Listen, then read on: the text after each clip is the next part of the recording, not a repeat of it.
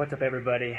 Welcome to Thursday. We are in day 4 of first week of our I Heart My Community live devos. Today, actually, I am not at our church. I am actually in a place called Northview Church, which is in north of Indianapolis. A couple of us staff members were here at a one-day conference, hearing from some church leaders about just trying to understand how to make our church better to reach more people and deliver them the good news. And so this one's going to be a little bit probably different than we're used to, but it's also going to be a chance for us to continue doing those bookmarks. So first off, we want to say if you have missed week 1 of I Heart My Community, be sure to go back, just scroll down here on Facebook, catch week 1.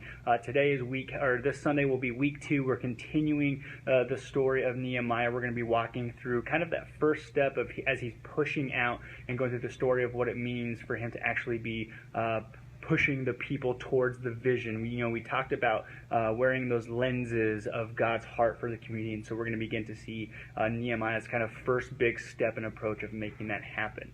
And so our passage for today is actually 2 Peter chapter 3, verse 9. There's actually a slight typo on the bookmark. I think it says 1 Peter 3:9, but it's actually 2 Peter 3:9. Danny and I both referenced this message, or this verse in our message this past Sunday.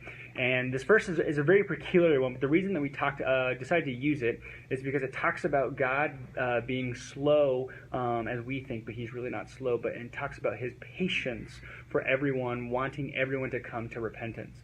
And it's an interesting word, it's a peculiar word, because I think what happens for us as we approach loving our communities, being the church where we live, work, and play, oftentimes I think what happens is we get very rushed, we get very hurried in the blessing that we want to be, which is a good thing, but oftentimes what we lack is patience. We lack trust and faith that slowly and steadily our work, our good work towards the people where we live, work, and play will actually make a difference in God's timing. As Peter reminds us that God has a desire and a hope for everyone to come to repentance.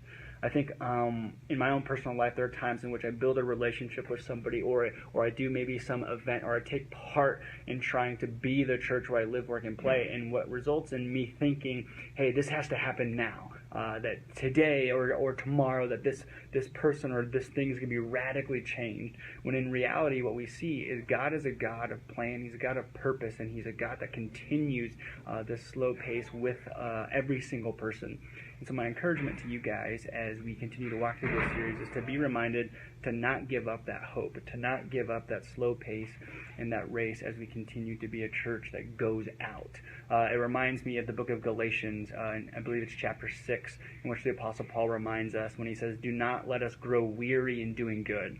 The whole point of growing weary is sometimes we get weary in what we are trying to do. We give up maybe a little too soon, or we think that the person or that task or that responsibility is too much. But rather, one tiny step at a time, that slowness, that patience that God has for us in our own spiritual lives, in our own restoration of who we are, is the same approach that we want to take as believers and as a church as we move forward. And so thanks, guys, for joining us. Please be sure to grab one of those bookmarks this Sunday and follow along with us in these reading plans, these bookmarks. Monday through Thursday, we'll have these videos for you up by noon. Be sure to like this video, share this video, send this video to somebody so they can help follow along as well, too. And we'll see you this Sunday for part 2, week 2 of I Heart My Community as we continue to walk through the book of Nehemiah together as a church body. Thanks, guys, and we'll see you later.